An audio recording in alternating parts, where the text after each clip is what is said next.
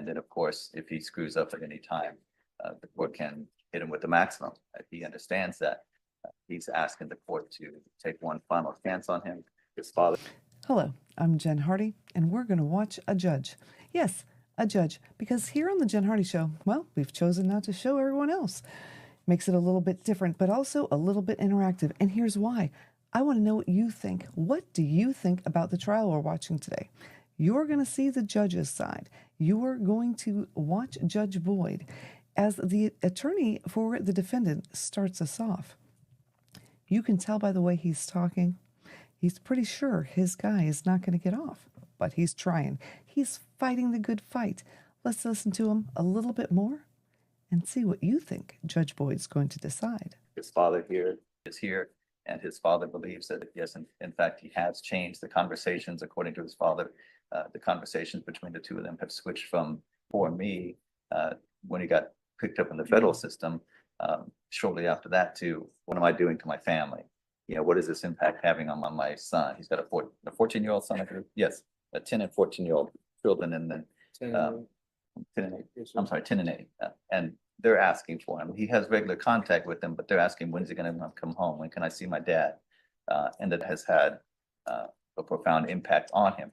He also has I think a 14-month-old daughter that he's never seen in person. Did you notice her fluttering eyelashes as he spoke? Yes, Judge Boyd has some giveaway signals. And when she flutters her eyebrows, her eyelashes, well, she's having some thoughts. You also might have noticed that she did not look at the defendant or his attorney much. She was looking down at her desk and doing things. Was she paying attention? She absolutely was. Was she also looking at something else? That's up for you to decide. Now, you'll notice the first thing she says is, here's what I don't understand. So at this point, tell me in the comments, which direction do you think this case is going already? Let's move on. This is what I don't understand. People always, when the rubber meets the road, then all of a sudden they have this epiphany. Whenever people are placed on probation in this court, I don't do cookie cutter conditions. I gave you all the help. That's not looking very good, is it? I gave you all the help. I sent you to safety, and that was, you're going to safety. I know it was in custody, but that was to help you with your drug issues. Then I ended up sending you to felony drug court. And this is not your first motion to revoke. You would have thought I would have got your attention on August 2022 on that motion to revoke. And that motion to revoke, what I did was I alternately amended your conditions to ISF and also felony drug court. You could get your life in together. And you know what you did when you came here on that date? Your life changed. I realized, I had this epiphany. I realized that I can't keep living my life like this. I'm going to get it together because I have children. I mean, the question for the court, I don't know who the mother of your children is or why she keeps saying, I'm going to give him another shot. Because you can't keep giving people different shots when children are involved, because children who are underage, they don't get to choose who their parents are. We might all have a clearer idea of where this is going now. No, children do not get to choose their parents, and Judge Boyd definitely does not like it when parents make, well, wrong choices when it comes to their children, like the choices that result in them getting carted off to jail frequently while their children watch. I can tell you that I've known a child firsthand who watched that several times, and it is devastating. Good night, yes it is. And Judge Boyd just does not play with that, does she? Let's find out what happens next, and let me know what you're thinking in those comments. Let's make this interactive, shall we? Because there's a lot of court watching that's going on in YouTube, and, well, we're trying to shake it up a little bit over here. They don't get to choose. Say, you know what? Dad keeps doing crazy stuff, going to jail, won't get his life in order. I'm not waiting around for him. And the mom just hanging on as though the person is going to change. Maybe you have changed. Maybe this was the epiphany for you. I don't know. But at this court, this is the end of the road. Well, that is not looking promising, is it? This is the end of the road, she said. You would think that this video is over, but it's still got half left to go. What more could she possibly say? And what do you think about someone who has continually had motions to revoke? Should they be incarcerated? How many chances should they get? What do you think? You know what I'm going to say? Let me know in those comments. Let's have a conversation. Let's get it going. Any further questions? No question. I have a few questions. Yes, ma'am. You had all of this going on in your life, these criminal cases. Why would you go out and decide to have a child with somebody when your life is not even together? It wasn't Sorry to interrupt, but did you see those lashes? just happening. I mean, things don't just happen. I mean, you I were an understand. active participant, I'm assuming. Nobody was drugged. I understand. When you didn't have employment, how were you feeding yourself? I would work little side jobs here and there with the subcontractor I used to work with. Where were you staying? Who were you staying with? I was staying at my father's house. All right, even though drug court was putting #1 on their list for you to maintain your sobriety, you did have a place to stay. Yes. And then this is the third motion to revoke for you. I'm not going to continue down this path of giving you more and more chances. The court is finding violation of condition number 41 true. The court is going to grant the motion, find you guilty, revoke, and the court is finding you guilty of counts 1 and counts 2.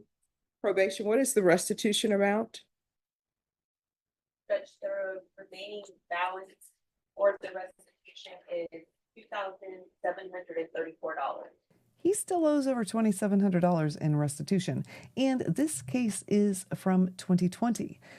The court you're watching is from February 2025, so he has had 5 years to pay, which he hasn't been doing because, well, I think he's been in and out of jail a little bit too much to have a job full time. Yep, that's the whole thing that she was talking to him about earlier. He also has 3 children. One of them was conceived in the 2 months between prison terms that he did, or jail terms. And Judge Boyd had some things to say about that too. I don't think that helped his case. This is a child that he has not seen because, well, he's been busy. And on that state, what are you requesting with regards to punishment? The state's requesting no less than 10 years.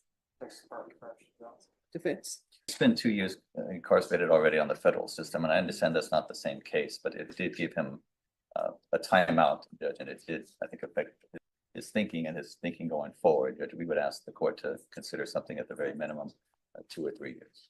All right. So the state is asking for 10 years and the defense attorney is asking for 2 to 3. And kudos to him because, you know, he's saying, hey, he's already served 2 years. Granted, it was for another case altogether, but let's count that one. Yeah. Can you tell by Judge Boyd's face if she's going to go with that or not? I'm thinking not. What do you think? You know, let me know. All right, I'm not going to give you 2 or 3 years. I'm going to follow the state's recommendation of sentencing you to 10 years in the prison. Give you credit for any time served. Probation, do you have restitution amount? Anna Martinez. Oh, just a second, the printer is going. All right, amount? $700 and $2,034. Oh, court is going to sentence you to 10 years in the prison in counts 1 and counts 2. Let me wrap this up by saying I do not take joy in anyone being incarcerated. Personally, it's one of my worst nightmares, which is why I have chosen to not knowingly do anything, or hopefully unknowingly, that would lead me to go to any place with bars on it. Well, except for that one window tinting thing that we will discuss another day. But, full disclosure there, I just want to tell you that I do think that people need to pay for their crimes. If you watch some of my other videos, they'll be down in the description. Justin Paperny and Michael Santos, to be specific, they were incarcerated, and they very much advocate for people standing up and admitting what they did and showing the court what they are doing to make their lives better and what they're doing to make the world a better place. And I believe that for most judges, that does make a difference. Just saying, hey, I've had this epiphany and I'm out committing more crimes, well, I don't think that's going to sway them in your favor. But again, what do you think? Let me know in the comments. I really do want to know what you think about this. I think that it's very interesting to have these conversations and find out what you think, because there is so much going on out there in the world of courts. I am working on bringing some interesting trials to you, by the way. Working on getting some interviews with Eric and Lyle Menendez. Actually, let me know in the comments what you think about that and what would you want to ask them, because I do have an in with their family at this point, and in as in a email conversation, and reaching out to them to get that. Who else would you like to speak with? Also potentially could speak to Cato Kalin from the OJ trial. So let me know what you think. Let me know what you like. This is Jen Hardy signing off, saying we've got big things planned for this channel, and I want to know where you'd like it to go, because I am steering the ship in the direction you'd like to go to. Let's take it there.